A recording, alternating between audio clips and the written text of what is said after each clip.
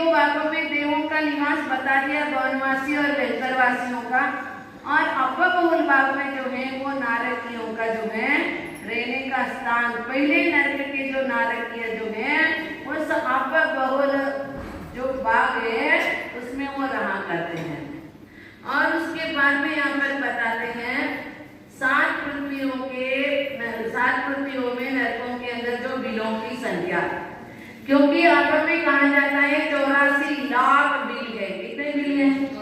84 lakh bill. जिस प्रकार यहाँ पर कुएं वगैरह का रहने का जो स्थान होता है उसको क्या कहते हैं आप लोग? बिल कहते हैं। उसी प्रकार उन नरकों में जो है नारकियों का रहने का जो स्थान है और वहां पर बिल के रूप में जो बना हुआ है, और एक नरक में कितने बिल होते हैं उसके लिए आगे के सूत्र में कहते हैं तासु त्रिंशत् पंचविंशति पंचदश दश त्रिपंचोमेक नरक शतसहस्राणि पंचचैव यथाक्रमम्। माने यहाँ पर क्रम से पहले नरक में जो है 30 लाख बिल है। कितने हैं पहले नरक में? 30 लाख है। और उसके बाद में दूसरे नरक में जो है 25 लाख बिल है। तीसरे में 15 लाख, चौथे में 10 लाख, और पांचवे में जो है 3 लाख, छठे में 5 कम 1 लाख, और सातवें में 5। इस प्रकार सब मिलकर के 84 लाख बिल होते हैं। कितने होते हैं? 84 लाख बिल होते हैं। और उन 84 लाख बिलों में जो है, और पहला जो नरक है उसमें जो है ना, तो रहने वाले जो नारकी होते हैं उनकी ऊंचाई आदि जो भी है दूसरे नरक पहले नरक के जितने ऊंचाई आदि जो है, अथवा जो उनके उत्पन्न होने का जो स्थान है, जिसे आप लोग चौडाला के अंदर पढ़ते हैं, तहाँ भूमि पर को बीच सहस्र दशे नहीं किसो। माने उनके उत्पत्ति के समय में इतने दुख क्यों होता है? क्योंकि देवों का जन्म कौन सा है? उपापाद जन्म है। कौन सा जन्म है? उपापाद। माने निश्चित स्थान पर ही जो है उन जीवों का जन्म होता है, और वो उपाद शैया जो है ऊपर की ओर बना हुआ रहता है, और वहां पर जब उत्पन्न होता है नीचे की ओर धड़म गिरता है, और वहां पर जो है 36 प्रकार की जो शस्त्र रहता है, और उसके ऊपर जब गिरता है तब यहाँ पर उस जीव को एक साथ 20,000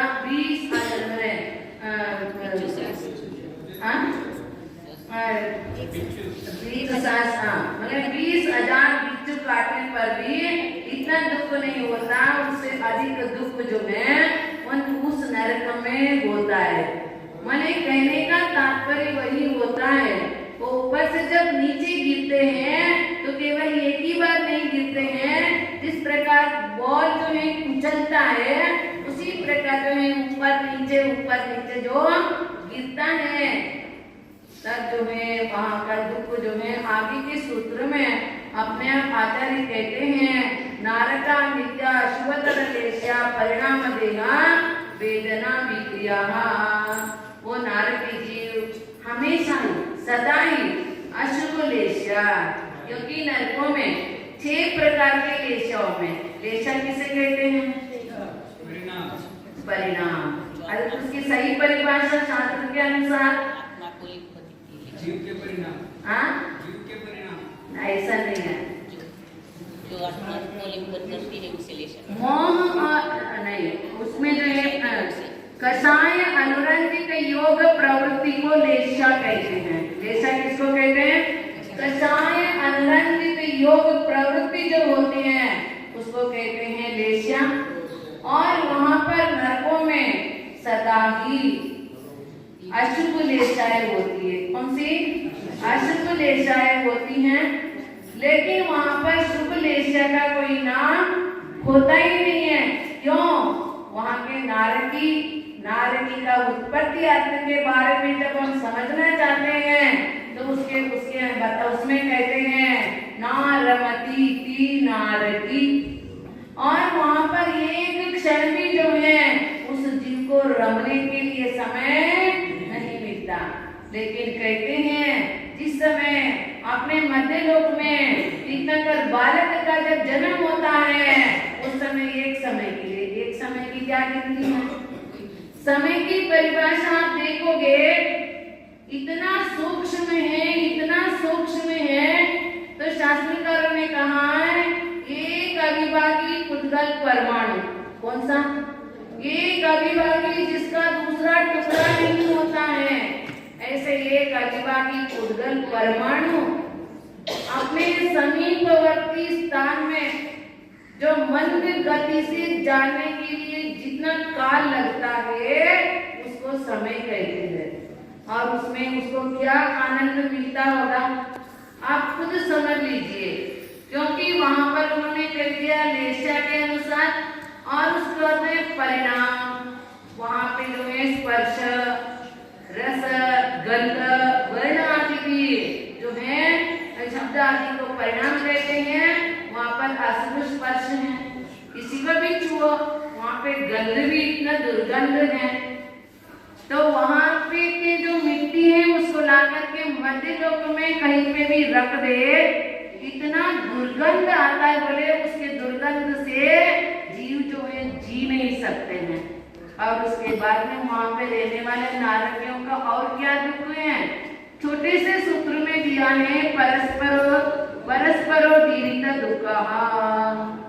माने वहां पर नारकी जो है एक नारकी को देखते ही जिस प्रकार ये गली का कुत्ता दूसरे गली में पहुंच जाता है और उस समय वहां पे रहने वाले जितने भी जो कुत्ते हैं उस कुत्ता के पीछे लग जाते हैं, उसी प्रकार वहां पर भी जो नारकी जो है एक दूसरे को सदाई जो है मारना, पीटना, कूटना, इसी प्रकार की वहां पे चलता रहता है। क्योंकि आप लोग जब छेड़ाला पढ़े होंगे, छेड़ाला के अंदर उन्होंने सभी बातें बताए हैं, तो भी जो वहां के जीवों को कभी अकाल मरण नहीं होता। क्यों नहीं होता? मैंने शास्त्रकारों का कथन है औपपादिक चरमोत्तम देना असंख्य वर्षायुषो अनुभवत्यायुषा।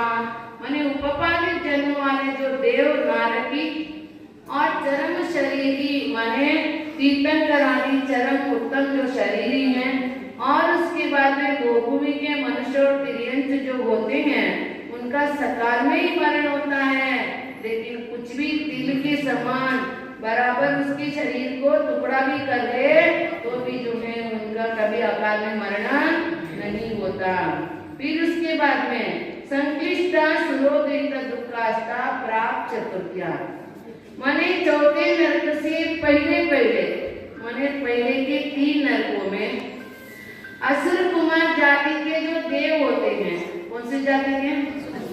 असुर कुमार जाति के जो देव होते हैं, और वो देव वो नरकों में जाकर आपस में जो है पिछले का वैर को याद कराते हैं।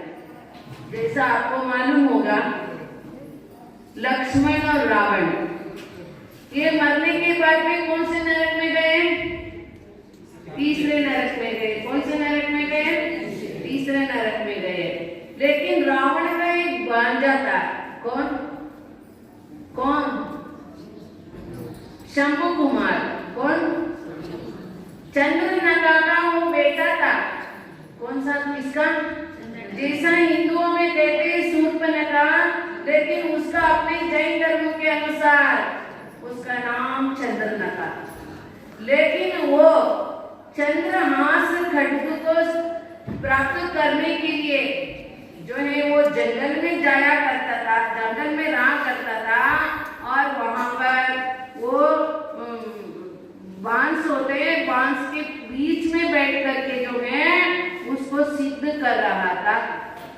अचानक जो है वो समय पर वो सिद्ध हो गया, और उसी समय लक्ष्मण को कहीं जाने का मौका आया, और उस बांस के बीच में जब एक खड्ग का जो प्रकाश देखा तब उस समय जो है लक्ष्मण अंदर प्रवेश किया और खड्ग को उठाया।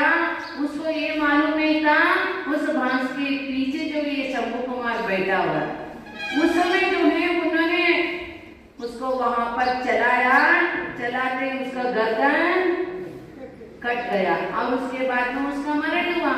और वो मरने के बाद असुर कुमार जाति के देवों में जब जाकर के जन्म लिया, लेकिन अभी नरक में जाकर, क्योंकि रावण का जी उसका मामा था, और वहां पर जो है पिछले भोग के जो है वैर को जब बताते हैं तो आपस में जो है नारद जी और भिड़ जाते हैं। इसलिए संक्लेश परिणामों से युक्त असुर कुमार जाति के जो देव होते हैं, असुर कुमार जातियों में भी अम्बरीश जाति के जो देव होते हैं, और वो जो है तीसरे नरक तक जाकर के आपस में एक दूसरे का वैर आदि को जब बताते हैं तो आपस में जो है वो भिड़ जाते हैं।